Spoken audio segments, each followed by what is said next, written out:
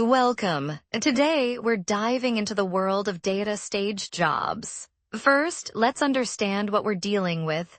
Data stage helps us process large datasets efficiently. Next, get familiar with the workflow to avoid confusion later.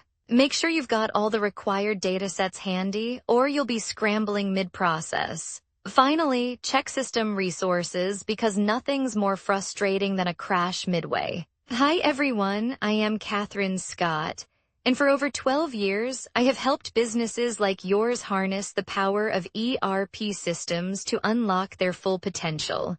Today, I want to walk you through how our solution doesn't just meet your needs, it anticipates them. Think of it as your business nervous system, intelligent, responsive, and always working for you. Let's dive into the technical magic behind it because when you understand how it works, you'll see exactly why it's a game changer. First things first, let's fire up DataStage Designer. Double-check your login credentials because nobody likes a locked-out situation. Spend a minute navigating the interface. Trust me, this will save time later. Also, glance at the default settings to ensure nothing throws a surprise your way. Now, let's kickstart a new project. Click New Project and give it a name. Choose wisely because untitled won't help you later. Outline your project scope so you don't get lost in unnecessary complexities. Before moving ahead, save your settings because losing your setup is like forgetting your wallet at home. Next up, job parameters. Define inputs so DataStage knows what to process. Set constraints to keep things in order. Think of it like traffic rules for your data. Don't forget validation settings, otherwise you might get garbage output. Finally, save everything because guessing lost configurations is not fun. Alright folks, first things first, validating and compiling the job.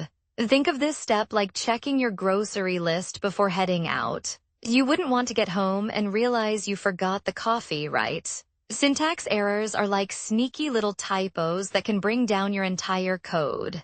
Compiling helps catch these before they cause havoc. So double-check dependencies, clean up errors, and give it a quick test. Trust me, future you will thank you. Here comes the exciting part, running the job.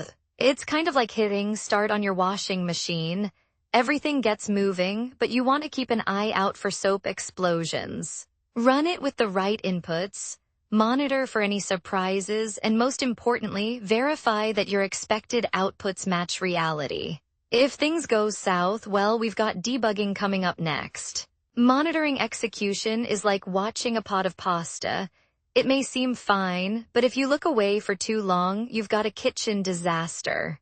Keep an eye on resource usage, look out for slowdowns, and don't ignore those warning messages. A well-monitored job is a well-behaved job.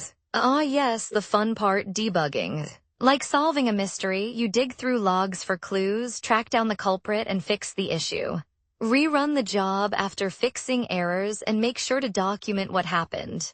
Future you and your team will appreciate the efforts. Optimization because who doesn't love things running faster? It's like tuning up a race car before hitting the track. Clean up inefficient code, cut down unnecessary work, and use caching to avoid repeating tasks. Also, databases need love too, so make those queries efficient. Scheduling is all about automation because doing things manually is so last century.